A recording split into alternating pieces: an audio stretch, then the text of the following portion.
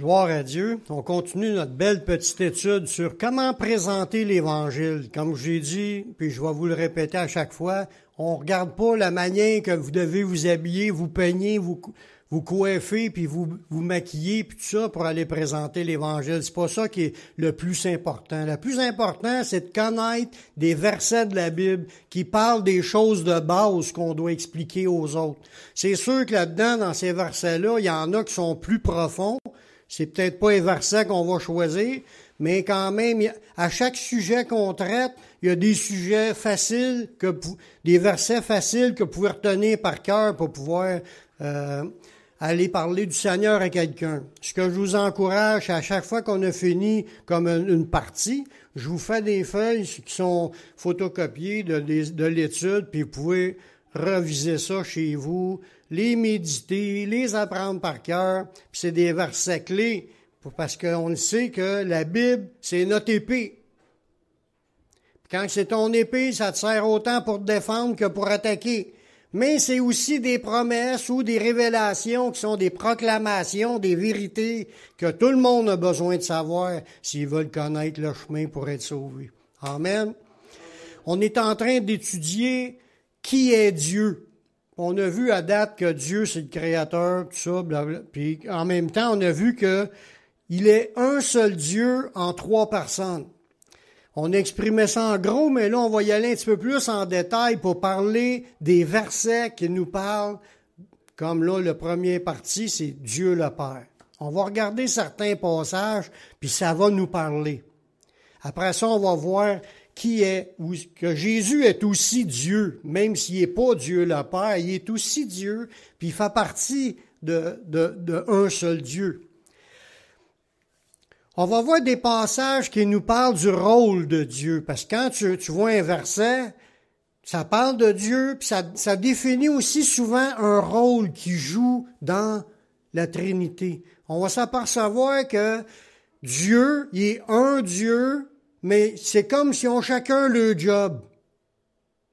Dieu le Père, on va voir des versets, qu'est-ce qu'il fait, qu'est-ce qu'il a fait. Jésus, qu'est-ce qu'il fait, qui est aussi Dieu, mais qui a fait des choses. Puis la semaine prochaine, si Dieu le veut, on va parler du Saint-Esprit. La Bible dit que tout ce qui existe vient de Dieu le Père. Dans 1 Corinthiens au chapitre 8, le verset 6, ça nous dit, « Néanmoins, pour nous, il n'y a qu'un seul Dieu, le Père, de qui viennent toutes choses. » Voyez-vous?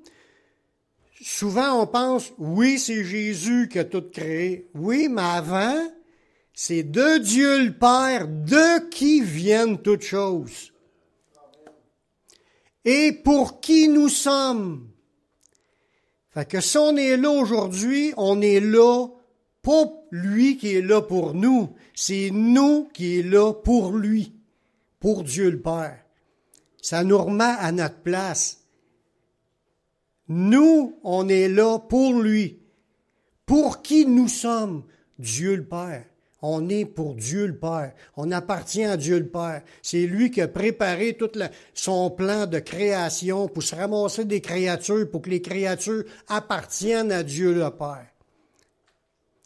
Et un seul Seigneur, Jésus-Christ, par qui sont toutes choses et par qui nous sommes. Voyez-vous, tout vient de Dieu, mais c'est dit que c'est créé par Jésus. On va voir là-dedans, quand on dit que tout vient de Dieu, il y a d'autres versets qui vont nous parler pour nous dire plus spécifiquement c'est à quoi le rôle du Père là-dedans. La Bible a dit que c'est Dieu le Père qui nous a élus dans sa préscience. Ceux qui ne savent pas c'est quoi la préscience, la science c'est de la connaissance. Puis quand on dit de la préscience, ça veut dire que c'est une connaissance qui était là avant que la connaissance de la vie ici soit là. Il a pensé d'avance à son plan. Il a préparé des choses d'avance avant que les choses s'accomplissent sur la terre. C'est pour ça qu'on parle de préscience. C'est que Dieu, ça nous dit dans le prochain passage, qu'il nous a élus, il nous a choisis, il a choisi le plan dans lequel qui avait décidé comment nous sauver, puis il a choisi des personnes qui dit, je vais aller parler à lui, puis il avait des raisons de venir nous voir, puis venez vous voir. C'est lui qui a préparé ça avant la fondation du monde. C'est fort. Il a décidé de préparer un moyen afin que nous puissions être sanctifiés par le Saint-Esprit. Dans 1 Pierre 1,2, ça dit, « Et qui sont élus, en parlant de nous, on est élus selon la préscience de Dieu le Père. » Fait que c'est Dieu qui a décidé, dans sa préscience, de nous élire. Comment? Par la sanctification de l'Esprit. Ça veut dire qu'il avait prévu que l'Esprit de Dieu travaillera en nous pour nous amener à être sanctifiés. Comment? Bien, premièrement, en allant à Jésus pour recevoir le cadeau du pardon de nos péchés, puis le travail, le processus de transformation que le Saint-Esprit fait, c'est encore le Saint-Esprit qui va le faire, mais c'est Dieu qui nous avait élus avant le commencement. Dieu le Père nous avait élus depuis le commencement à ce qu'on passe par le Saint-Esprit, on passe par Jésus. Il a fallu qu'il nous emmène à une conviction. Il a fallu qu'il nous emmène à réaliser, à comprendre. Puis à nous amener aussi, c'est Dieu qui produit le vouloir et le faire. Il a travaillé par la suite parce qu'on est ouvert à vouloir aller à Jésus, tout ça. Sinon, là, si Dieu n'aurait pas fait tout ce travail-là, c'est impossible un humain de comprendre les choses de Dieu. Même savoir que Jésus est Seigneur, ça prenait le Saint-Esprit de venir nous le dire. On pouvait pas le savoir parce que on est 2000 ans après tout ça. Puis si on sait quelque chose aujourd'hui là-dessus, c'est parce que c'est le Saint-Esprit qui nous a emmenés là. Fait que Dieu le Père, depuis avant la création soit faite, il avait prévu son plan, puis il avait décidé d'aller chercher des personnes avec telle et telle condition. On n'est pas élus malgré nous. Ça prenait la condition de foi, puis il est venu nous chercher parce qu'il savait qu'on aurait la foi pour embarquer, puis il voyait déjà la fin de l'histoire avant le commencement. Fait que si on est là aujourd'hui, c'est parce que c'est Dieu qui a déjà pensé à nous avant même qu'on soit au monde. C'est quelque chose quand tu penses à ça. Dieu est tout puissant. Puis ça dit qu'à cause, il dit, on a été élus selon la préscience de Dieu le Père, à être sanctifiés par l'Esprit, afin qu'on devienne obéissants. Y en a-tu qui aiment ça, être obéissant? Il n'y a pas d'humain qui aime ça, être obéissant. Mais on le devient par la puissance du Saint-Esprit.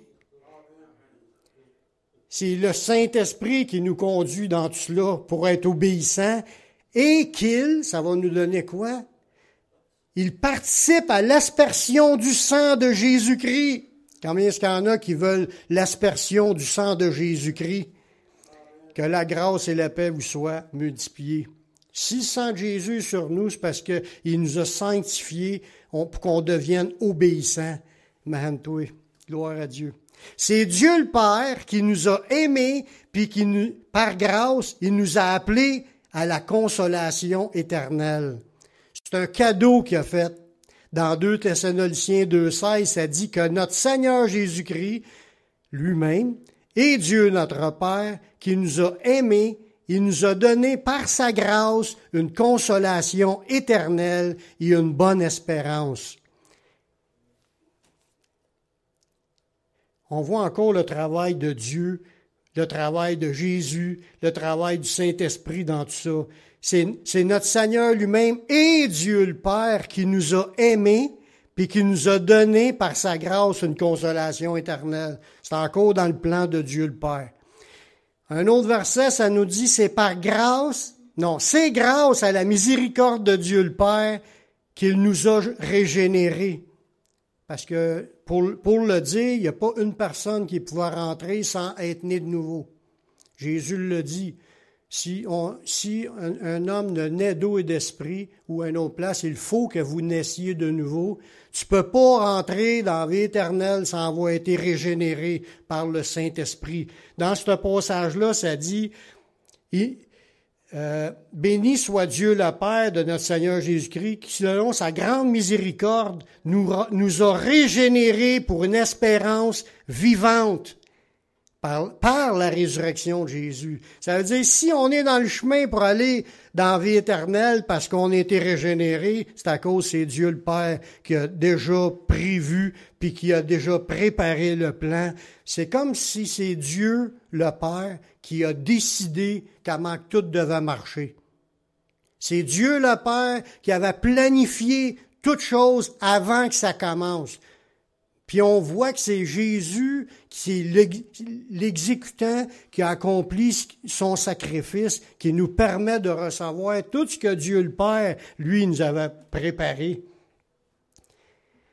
C'est Dieu le Père, encore dans un autre passage, c'est Dieu le Père qui nous a bénis de toutes sortes de bénédictions spirituelles dans les lieux célestes.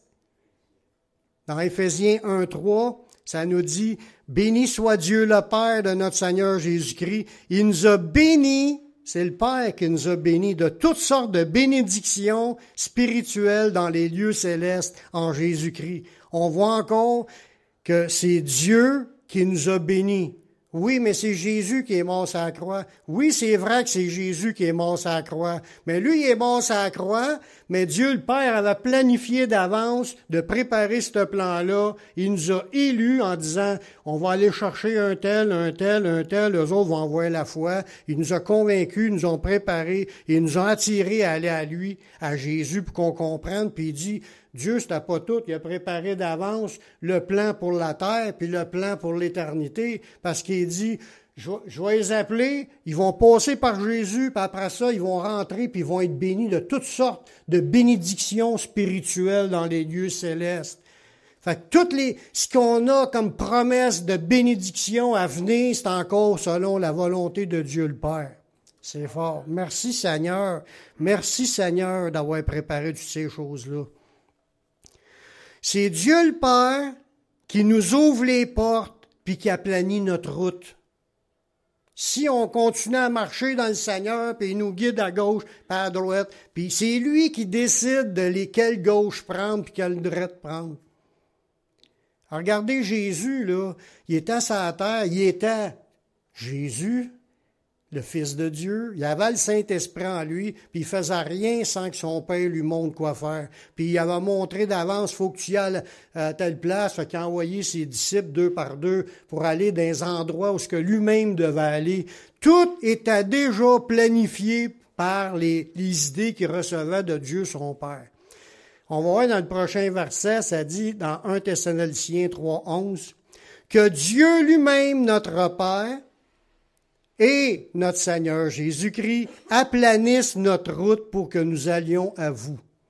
Ça veut dire, pour lui, Paul, à ce moment-là, c'était impossible d'y aller. Il n'y a pas d'occasion d'y aller. Il pensait pas d'y aller, mais il aurait aimé y aller. Puis là, c'est comme si il s'attendait à ce que Dieu aplanisse le chemin pour qu'il puisse y aller.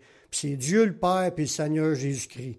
Ça veut dire, vous allez voir que la relation entre Dieu le Père et Jésus, c'est quand même, ils sont un, là. Dieu le Père décide, Jésus-Christ accomplit 100% ce que Dieu le Père a défini comme idée.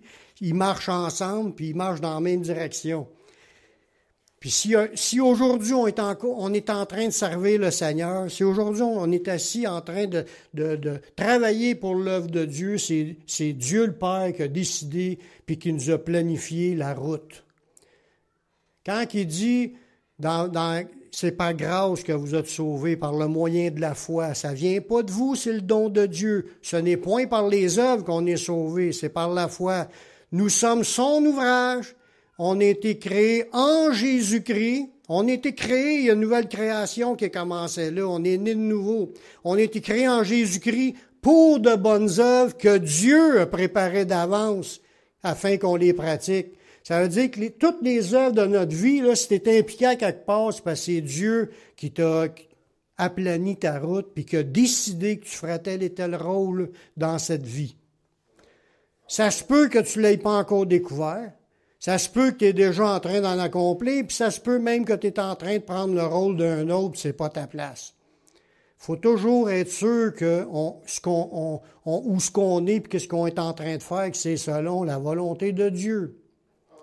Parce qu'il y en a, j'ai déjà entendu ça dans des églises, qu'il y en a qui ont couru pour avoir une place, c'était pas leur place, puis ça a créé plus de troubles que d'aider. Mais il faut être sûr, comme Jésus, il attendait que Dieu lui montre les choses, puis il avançait, son chemin était tracé par Dieu son Père. Mais nous aussi, notre chemin est tracé par Dieu notre Père. Si on n'a pas compris, comme je disais tantôt, demandons-lui, dites-lui que vous êtes disponible, puis il va vous ouvrir le chemin pour vous rendre à quelque part, dans ce qu'il y a de meilleur pour vous. Donc, toute gloire revient à Dieu le Père, pour toutes choses, au nom de Jésus-Christ, parce que c'est grâce à Jésus qu'on a pu s'approcher puis rentrer dans le plan du Père. Donc, toute la gloire revient à Dieu le Père parce que lui, il a tout planifié, puis Jésus est celui qui a rendu tout possible. C'est lui qui a accompli ce qui nous permettait de rentrer. Dans Éphésiens 5:20, ça dit « Rendez continuellement grâce à Dieu, pour toutes choses, à Dieu le Père. » Rendre grâce pour toutes choses. Tout ce que tu as, tout ce que tu es, tout ce que tu fais, rends gloire à Dieu le Père. C'est lui qui a tout planifié. Puis il dit de le faire continuellement. Fait que attends-toi pas de dire merci, d'avoir tes deux jambes, tes deux bras, avoir un job, avoir de quoi manger, un toit sur la tête, avoir une église, des frères et sœurs, connaître le plan du salut, puis il pourvoit, puis il donne, puis tu es en abondance. On a tout du gras sur le corps ici, quasiment tout le monde. Mais c'est grâce à Dieu si on est dans il faut rendre grâce en toutes choses. Tu es encore en vie, tu as peut-être été guéri, tu as peut-être été exaucé. C'est Dieu le Père qui a décidé selon sa volonté. Fait que, il dit, rendez continuellement grâce pour toutes choses à Dieu le Père au nom de notre Seigneur Jésus-Christ. C'est ça qu'il nous dit quand on parle dans nos prières. On parle à Dieu le Père dans le nom du Seigneur Jésus-Christ. C'est pour ça que Jésus a enseigné, lui, tout ce que vous demanderez au Père en priant. Il dit de le demander en son nom, puis ça va être accordé. C'est grâce à l'œuvre de Jésus qu'on se présente. Quand on se présente, là, nous, c'est zéro exaucement. On ne mérite rien. Mais si on peut recevoir quelque chose, c'est un cadeau qu'on a, c'est une grâce, parce que Jésus il est mort puis il nous a pardonné. Donc, c'est grâce à Jésus si je peux me présenter devant le Père pour demander quelque chose. Puis à cause, je le demande dans le nom de Jésus et non pas dans « je mérite que tu me donnes ça », tu mérites rien. C'est « je mérite rien, mais je le demande à cause des mérites de Jésus ». Ah! Là, tu tombes dans les ceux qui vont être exaucés. Les disciples avaient appris à prier en fléchissant les genoux devant Dieu le Père. Dans Éphésiens 3:14, à cause de cela, je fléchis les genoux devant le Père. Voyez-vous? Tout ça, c'est pour nous parler un peu du rôle du Père. Mais comme qu'on a expliqué, c'est un seul Dieu formé de trois personnes. Il y a trois êtres distincts avec des rôles différents, mais les trois forment qu'un seul Dieu, puis les trois marchent à l'unisson. Jamais que Jésus ou le Saint-Esprit va faire des choses par lui-même. Même si ça dit qu'un seul et même esprit distribue tous les dons selon sa volonté, mais c'est selon sa volonté planifiée par Dieu le Père. Puis il donne à cause que la personne est à passer par Jésus. Voyez-vous, tout là se tient de A à Z dans ça. Tu peux pas... Même le Saint-Esprit dit, il ne parlera pas de lui-même. Il va parler de ce que Jésus a dit. Son rôle, c'est pas d'arriver à se partir une gloire personnelle au-dessus de la celle de Dieu le Père. Toute gloire revient à Dieu le Père, puis on prie Dieu le Père, on fléchit genoux devant Dieu le Père, dans le nom de Jésus, par le Saint-Esprit. Parce qu'on l'a vu tantôt, que c'est nous qui rendons à Dieu notre culte par l'Esprit de Dieu. Fait qu'on a compris des affaires par le Saint-Esprit, on l'a laissé rentrer dans notre vie, puis c'est lui qui nous conduit à rentrer dans la présence de Dieu, puis le glorifier à cause du nom de Jésus. Merci Seigneur. Là, on a vu des versets, parce que je donne ces versets-là pour qu'on puisse comprendre que la Bible parle de Dieu le Père, parle de Jésus-Christ comme étant Dieu aussi. On va regarder ces versets-là ensemble. Je ne sais pas tous les versets, mais il y en a des très bons dans ce qu'on va voir, pour nous dire que Jésus est aussi Dieu. Ouais. Le Fils de Dieu, c'est un don aux hommes. Le Fils de Dieu, on voit dans la Bible, qui est appelé le Dieu puissant, le Père éternel. Jésus, le Fils, il est appelé Père éternel. Dans Isaïe chapitre 9, le verset 5, c'est une prophétie qui annonçait la venue du Messie. Ça dit, un enfant nous est né, un fils nous est donné. Puis la domination reposera sur son épaule. Ça veut dire que tout le monde à venir, on parle du millénium, puis on parle de la vie éternelle. Toute la domination, ce qu'on parle, le contrôle, le pouvoir sur tout, va revenir à ce fils-là. Dieu a tout donné à son Fils. Il va faire partager ça à ses fils adoptifs, nous. Il va partager ce qu'il y a. Mais tout est premièrement au Fils. La domination reposera sur son épaule et on l'appellera admirable. Là, c'est des noms qu'on va donner au Fils. Admirable, conseiller, ça c'est comme consolateur. Dieu puissant. Ça ne dit pas dans ce texte-là Dieu tout-puissant avec le même mot qu'on parle de l'Éternel qui est tout-puissant. Il est puissant aussi parce que à sa résurrection, Jésus a dit « Tout pouvoir m'a été remis dans le ciel et sur la terre. » Jésus a réobtenu la toute-puissance. Mais dans ce verset-là, c'est Dieu, comme qu'on a vu, Hell, c'est Dieu qui est là, puissant, un héros. Un brave, un homme fort, un vaillant héros.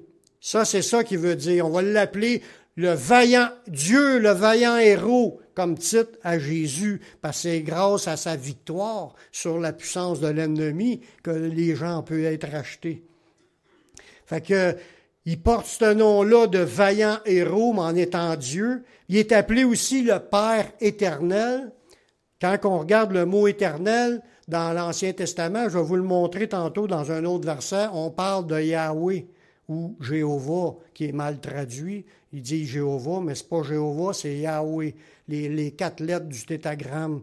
Pour ceux qui ne savent pas, c'est quand il s'est révélé, Moïse, il voulait savoir qui était ce Dieu-là qui se révélait à lui. Puis il a reçu la révélation avec les 4 lettres, mais on ne sait pas le vrai mot que ça donne, mais on va le voir tantôt dans des versets. Je ne veux pas m'avancer trop là-dessus, puis on va l'appeler le prince de paix. Fait qu'on voit déjà dans la Bible que par cette prophétie-là, que Jésus serait le Dieu puissant. Il est appelé Hell. On l'a vu, le Hell, c'est au commencement, Dieu créa les cieux et la terre, puis il l'appelle ce même Dieu. Il l'appelle Dieu, le héros qui sauve, le vaillant héros. Il était aussi appelé Dieu avec nous. Ça, on voit ça dans Matthieu, chapitre 1, verset 23. C'est encore une prophétie qui parlait de la venue du Messie. Puis c'est annoncé dans Isaïe, bien longtemps avant que ça arrive, ça dit « Voici la Vierge sera enceinte, elle enfantera un fils, puis on lui donnera le nom d'Emmanuel, ce qui signifie Dieu avec nous. » Voyez, quand je vous disais en parlant de Hell, qui est le mot Elohim qui est au pluriel, mais Hell, c'est Emmanuel. Quand ça finit par L, ça veut dire Dieu avec nous. C'est ça que ça veut dire. Le Hell, c'est l'Éternel dans l'Ancien Testament. Voyez-vous? C'est Dieu. Fait que dans la prophétie, on vient de voir 2 prophéties qui annonçaient Jésus puis le présentaient comme étant Dieu. Là, on tombe dans un verset dans le Nouveau Testament, dans 1 Jean chapitre 20, ça va nous dire qu'on est dans le véritable.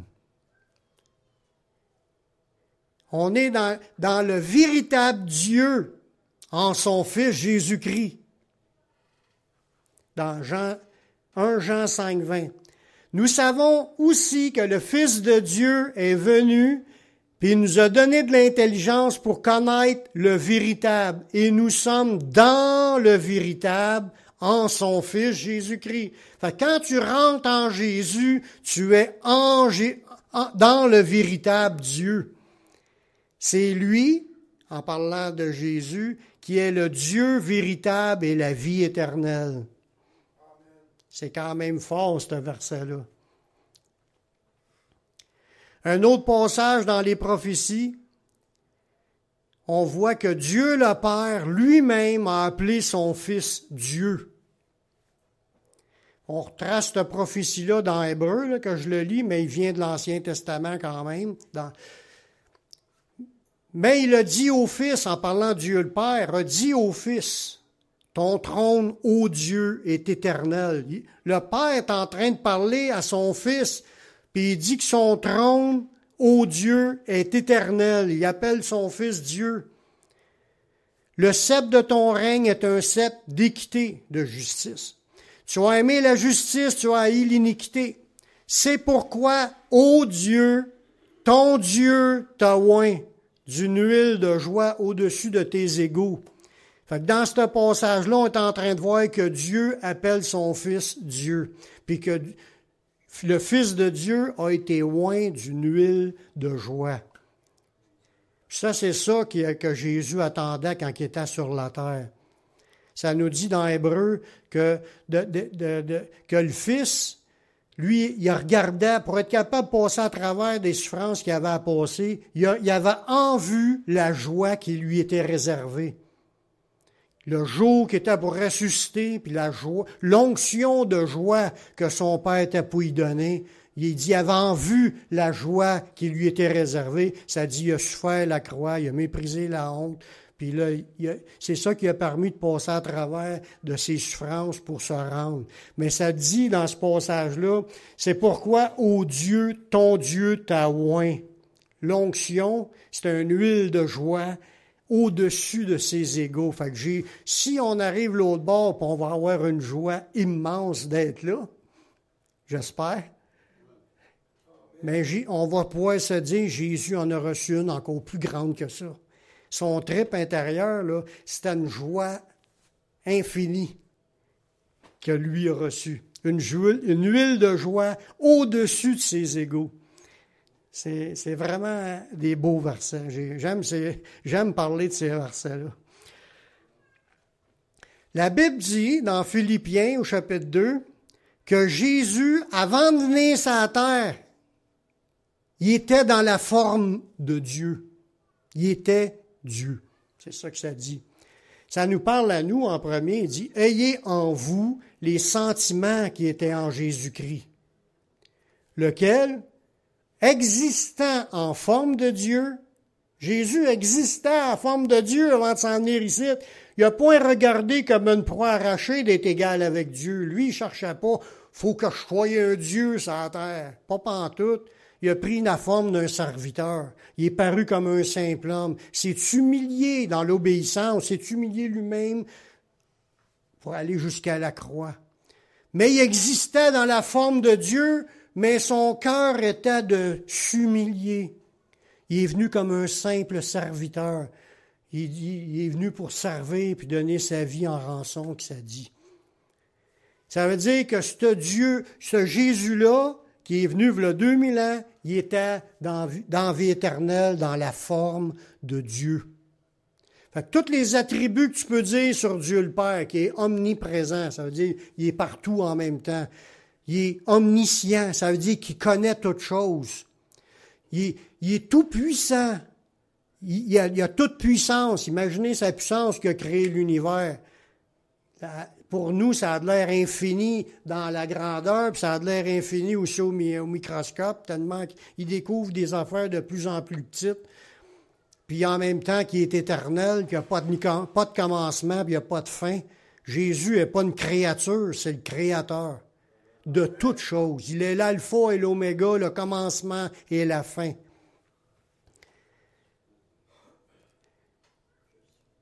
C'est quelque chose. Il existait dans la forme de Dieu avant de venir ici, puis il a décidé de s'humilier, puis il nous dit à nous, ayez des sentiments comme Jésus.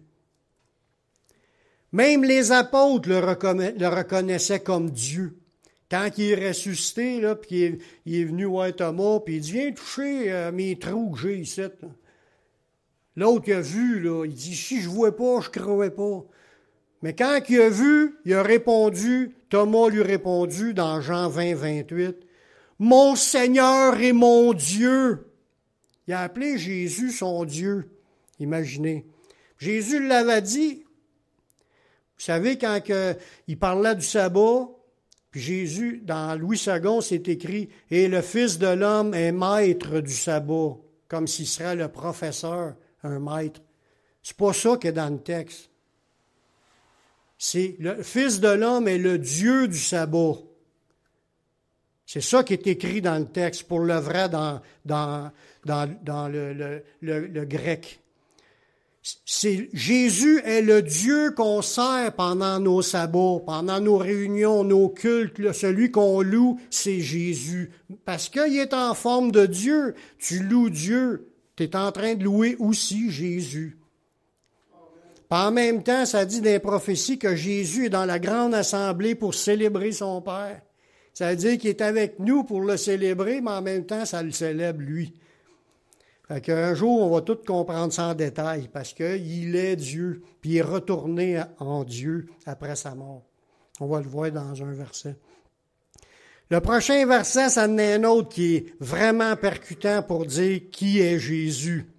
C'est basé sur une prophétie de l'Ancien Testament, une prophétie qui annonçait Jean-Baptiste.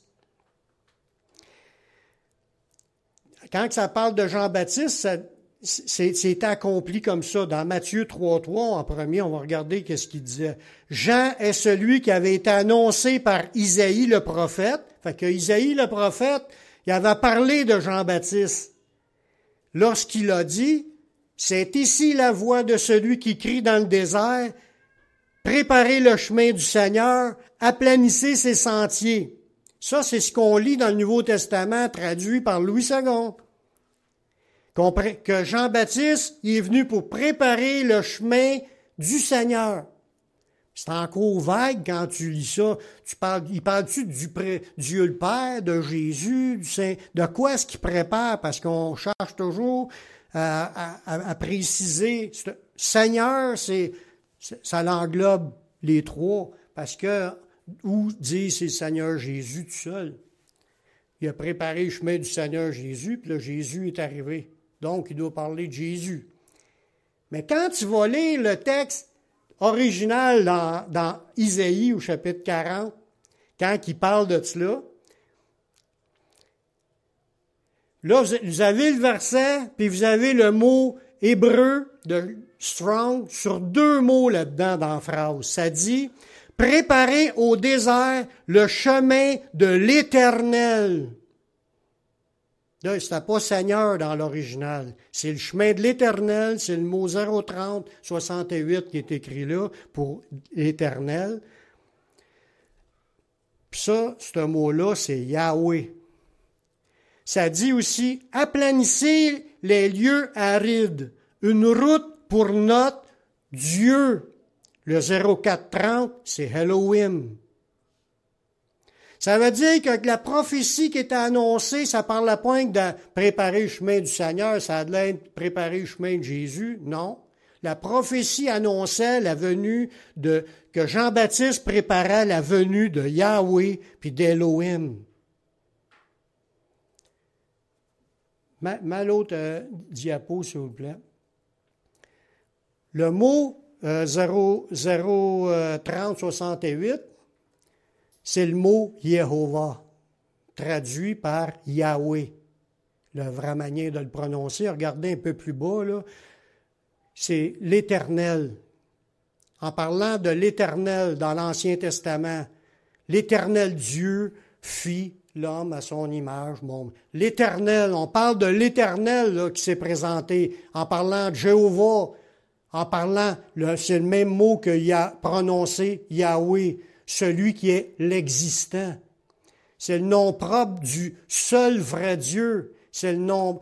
Bon, mais là, regardez, là on parle du chemin de l'Éternel. Ce mot-là, en parlant de l'Éternel, dans l'Ancien Testament, il est 1145 fois que les deux mots, en parlant de Yahweh puis de Elohim, qui sont tous les deux dans la même phrase en disant « l'Éternel Dieu fit ».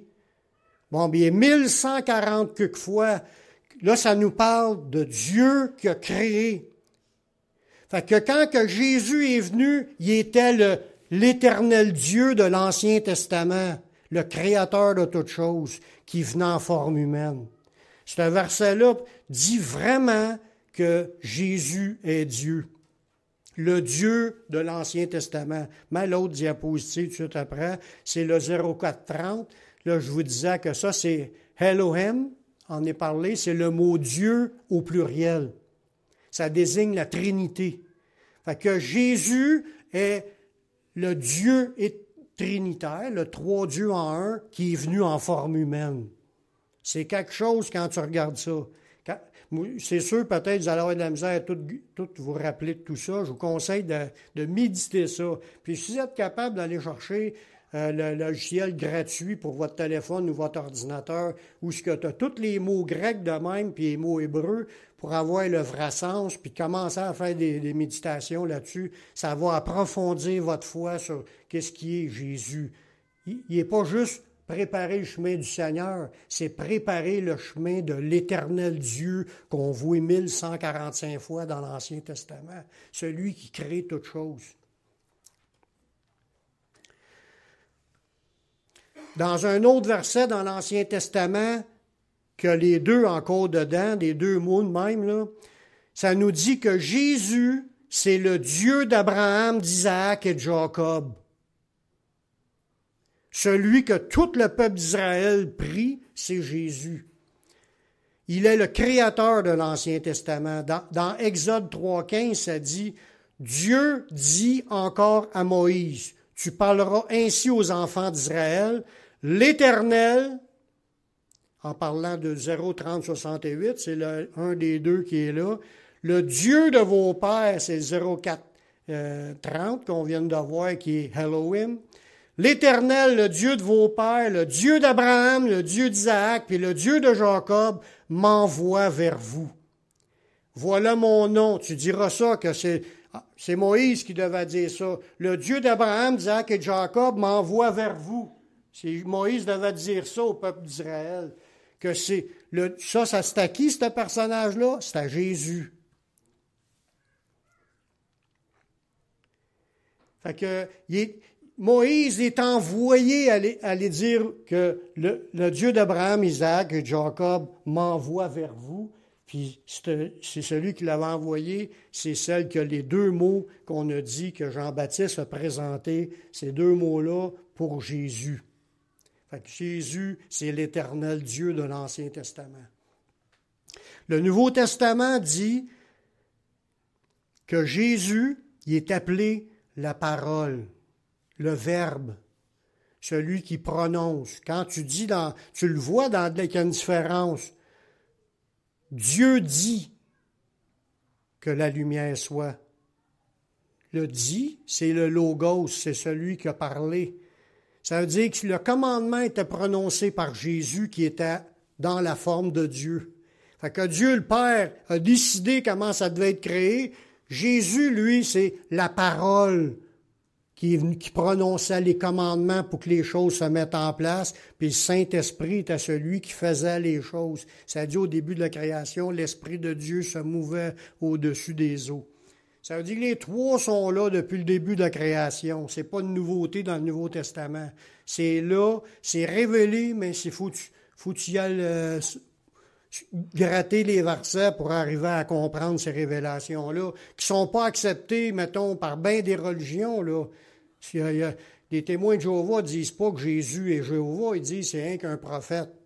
Mais Jésus est le Jéhovah qu'eux autres qui auraient été supposés de prier puis louer, voyez-vous, reconnaître comme étant de la Trinité. C'est pas les catholiques non plus qui ont inventé ça. La Bible est écrite bien avant que les catholiques existent.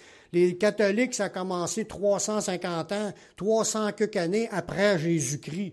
Jésus est venu bien avant, puis les écrits que je vous parle de l'Ancien, c'était des centaines, puis même des milliers d'années avant que Jésus vienne. Fait que c'est vraiment de la révélation de ce que Dieu voulait. Même les Juifs l'ont même pas reconnu que Jésus, c'est l'Éternel Dieu. Pourtant, je vous l'ai mentionné avec les versets de l'Ancien Testament. Fait que si on comprend des choses pour arriver à dire Jésus il est plus que juste un prophète ou plus que juste un bon gars qui a donné l'exemple, Jésus il est Dieu. Amen. Ça nous dit que la parole, le Verbe, celui qui commande, ça dit au commencement était la parole. Ça, c'est au début de la création. La parole était avec Dieu. Puis la parole était Dieu. C'est encore un verset qui dit que Jésus, qui est la parole, il est Dieu. Il était au commencement avec Dieu. Puis là, regardez bien ce que ça dit. Toutes choses ont été faites par elle. Rien de ce qui a été fait n'a été fait sans elle. Fait que tout ce que tu vois là de la création visible et la création invisible, c'est Jésus qui l'a créé. Tout vient du Père, mais c'est Jésus qui est le créateur en étant le commandant qui commande les ordres puis que les choses se mettent en place. C'est le Tout-Puissant. Puis ça dit au verset 4, « En elle, la parole, était la vie, puis la vie était la lumière des hommes. » Ça veut dire, on est créé présentement en Jésus. Si pour ceux qui ne savent pas encore qui est la parole, le verset 14, ça nous dit « Et la parole a été faite chair. » C'est Jésus. Jésus est celui qui commandait, mais tout était fait par lui, mais tout était fait en lui. C'est quelque chose.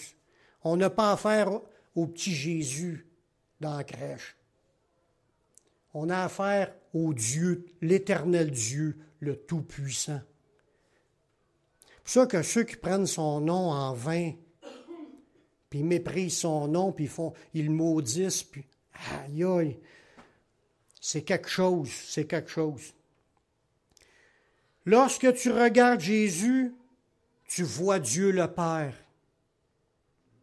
Dans Jean 14, 9, Thomas, il dit, montre-nous, non, c'est Philippe. Philippe, il dit, montre-nous le Père et cela suffit. Jésus lui dit, il y a si longtemps que je suis avec vous et tu ne m'as pas connu, Philippe.